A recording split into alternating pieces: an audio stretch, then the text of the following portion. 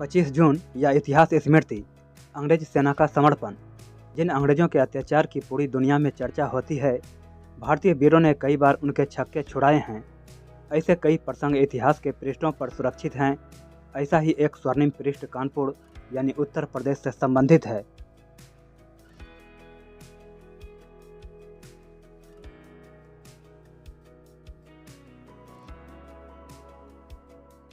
अठारह में जब देश के अनेक भागों में भारतीय वीरों ने अंग्रेजों के विरुद्ध संघर्ष का बिगुल बजा दिया, तो इसकी आंच से कानपुर भी सुलग उठा।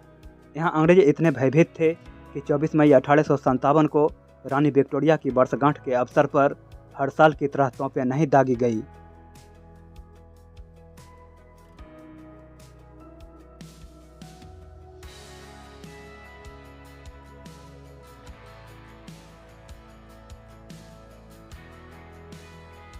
अंग्रेजों को भय था कि इससे भारतीय सैनिक कहीं भड़क न उठे।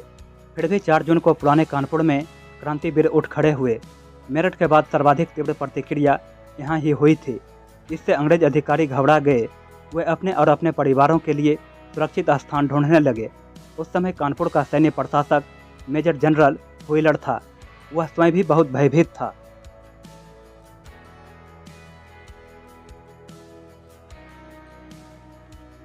पुराने कानपुर को जीतने के बाद सैनिक दिल्ली की ओर चल दिए।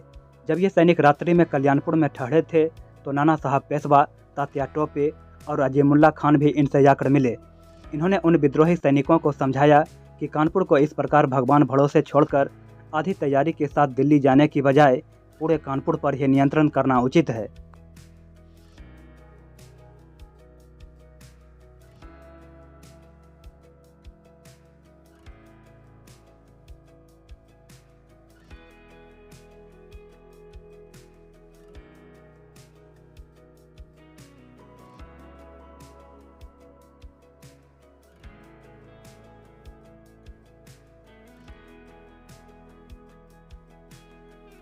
जब नेतृत्व का प्रश्न आया, तो इसके लिए सबने नाना साहब को अपना नेता बनाया।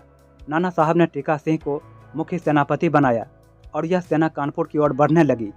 व्हीलर को जब यह पता लगा, तो वह सब अंग्रेज परिवारों के साथ प्रयाग होते हुए कोलकाता जाने की तैयारी करने लगा। पर भारतीय सैनिकों ने इस प्रयास को विफल कर दिया।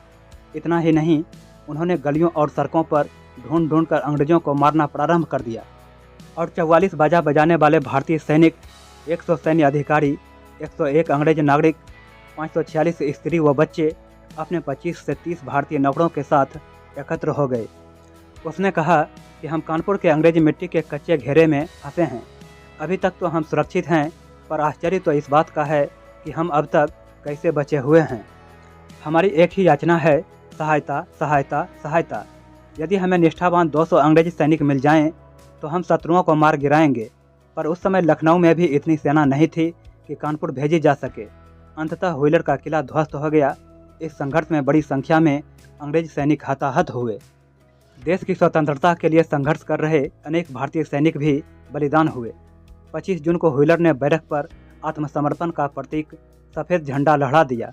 1857 के संग्राम के बाद अंग्रेजों ने इस स्थान पर एक स्मृति चिन्ह यानी कि मेमोरियल क्रॉस बना दिया, जो अब कानपुर छावनी स्थित राजपूत रेजिमेंट के परिसर में स्थित है।